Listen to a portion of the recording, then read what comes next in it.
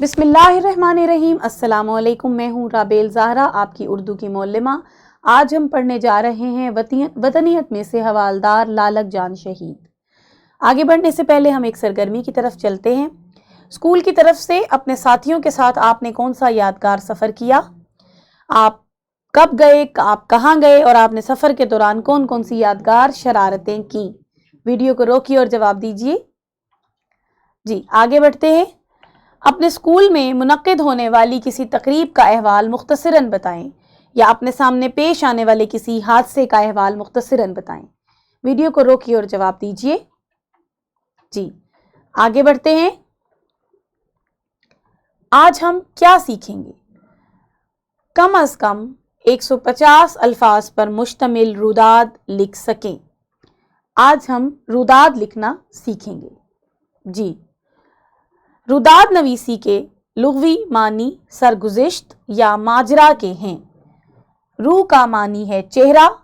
इस्तिलाह में रुदाद नवीसी से मुराद है किसी वाक़े, तकरीब, तफरीही मकाम का आंखों देखा हाल बयान करना। वीडियो को रोकिए और इस इबारत को दोबारा तवज्जो से पढ़िए, क्योंकि सबक के आखिर में या सबक के दौरान इससे मुताल्लिक सवालात दोबारा पूछे जाएंगे। आगे बढ़ते हैं। रुदाद नवीसी के उसूल व ज़वाबित क्या हैं? रुदाद इख्तिसार, तरतीब और हुस्न बयान।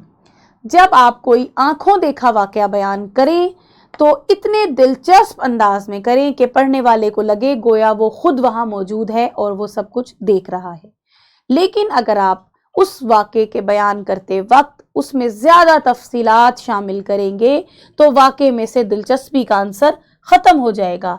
चुनाचे वाक़या बयान करते हुए बेजा तफसील को शामिल नहीं किया जाता। तरतीब, जैसे कि कोई तकरीब है, कोई खुदा न खास्ता कोई हादसा है या कहीं और किसी जगह का आंखों देखा हाल है, तो आपने उसको तरतीब से बयान करना है। मिसाल के तौर पे तकरीब है तो जाहिर है पहले आपने उस जगह के बारे में बताना है जहाँ तकरीब हो रही है, वहाँ कुर्सियाँ कैसे लगाई गई, मेहमान खुसूसी की आमद, उसके बाद तकरीब शुरू हुई, उसके बाद जो है वो लोगों ने बोलना शुरू किया, मुख्तलिफ तलबा ने हिस्सा लेना शुरू किया, सब ने बातचीत शुरू की, फिर इसका इख्तिताम हुआ, प्रिंसिपल साहिबा आई और उन्होंने जो है उसके तकरीब के मुतालिक अपने ख़यालात का इजहार किया।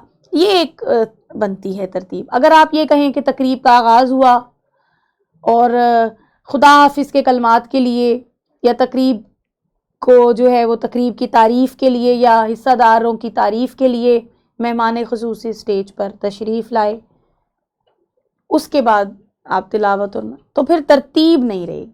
आपने उसको एक तरतीब से बयान करना होता है। और हुस्न बयान, जैसे कि मैंने आपको बताया कि दिलचस्पी का आंसर होना ज़रूरी है। ये रुदाद नवीसी के उसूल हैं। अब देखते हैं कि रुदाद नवीसी के मज़ीद उसूल क्या हैं। माजी का सीगा इस्तेमाल करना है। हुआ था, ऐसा हुआ, हम गए, वो आए। बयानिया अंदाज यानी कहानी का अंदाज होना चाहिए, मजमून की तरह आपने उसको बयान नहीं करना। फर्जी बातों और मुबालगे से इज्तिनाब करना है, इससे बताने में हुस्न पैदा नहीं होगा। किसी वाक़े का गैर जानिबदारी से बयान करना है। अब तकरीब अगर ऐसा है कि किसी तालिब इल्म को उस तकरीब में हिस्सा नहीं दिया गया तो तकरीब का अहवाल लिख रहा है, मिसाल के तौर पे इकबाल डे के मुतालिक, यौम इकबाल, और वो तकरीब का अहवाल लिख रहा है किसी भी बच्चे ने अच्छी तकरीर नहीं की, तो ये नहीं होना चाहिए। आप तकरीब का अहवाल गैर जानिबदारी से लिखेंगे। फिर वाक़यात का तसलसल और इख्तिसार, वाक़यात को तसलसल और इख्तिसार के साथ बयान कीजिए। ज़्यादा ज़्यादा तफसील को उसमें शामिल ना कीजिए। सवालात के ज़रिए तलबा रुदाद नवीसी के उसूलों का तज्ज़िया करेंगे। मज़ीद सवालात के ज़रिए मौजू की वजाहत की जाएगी। अब मैं आपसे मज़ीद सवालात करूँगी, जैसा कि मैंने आपको बताया था। तवज्जो से सुनिए। रुदाद नवीसी में तरतीब से क्या मुराद है? आप बीती और रुदाद में क्या फ़र्क है? जी, तरतीब से मुराद यही है कि वाक़यात को तरतीब के साथ बयान किया जाए। آپ بیتی میں یہ فرق ہے کہ موضوع آپ بیتی میں موضوع آپ ہوتے ہیں، آپ اپنے ارد گرد آپ کے ساتھ کیا ہوا، آپ کہاں گئے، آپ کہاں بیٹھے، یعنی آپ کی ذات جو ہے وہ موضوع ہوتی ہے. اور روداد میں آپ کی ذات موضوع نہیں ہوتی، بلکہ وہ جگہ یا وہ ماحول یا وہ شے جس کی آپ روداد بیان کر رہے ہیں وہ موضوع ہوتی ہے. جی، روداد نویسی کے مراحل. تو یہ اختتام کو یہاں اس لیے رکھا گیا ہے کہ آپ غور کر لیں کہ یہ سب سے پہلے نہیں آئے گا، لیکن یہ نقطہ عروج ہے. سب سے پہلے تمہید یا پس منظر لکھیں گے آپ روداد لکھتے ہوئے. جیسے علامہ اقبال سے متعلق ہے تو آپ لکھیں گے کہ ہمارے اسکول میں بہت سی تقاریب کا انعقاد کیا جاتا ہے.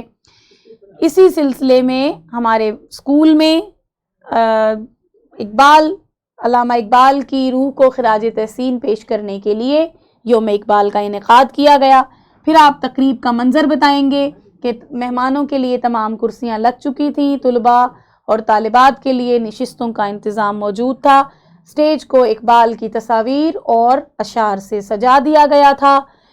اس کے بعد آپ کہیں گے کہ مہمان خصوصی کی آمد کے بارے میں بتائیں گے کہ تمام طلباء نے اور طالبات نے اور اساتذہ اکرام نے پرنسپل کے ساتھ مل کے مہمان خصوصی کا جو ہے استقبال کیا. پھر تقریب کا باقاعدہ آغاز بتائیے کہ حمد و نعت اور تلاوت سے ہوا.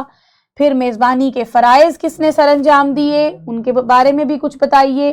یہ آپ یہاں پہ بھی بتا سکتے ہیں اور میزبانی کے فرائض آپ مہمان خصوصی کی آمد سے پہلے بھی بتا سکتے ہیں، لیکن بہتر یہی ہے کہ تقریب کے آغاز کے ساتھ ہی آپ میزبانوں کا تعارف کروائیے.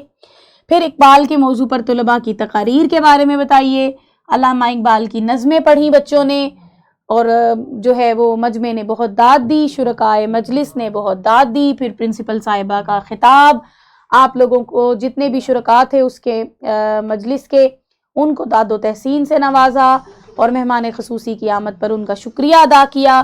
اختتام پر جو ہے وہ دعا کی گئی اپنے ملک و قوم کے لیے اور ساتھ ہی علامہ اقبال کی روح کو جو ہے ان کے لیے دعا کی گئی اور اس کے ساتھ ہی تقریب کا اختتام ہو گیا.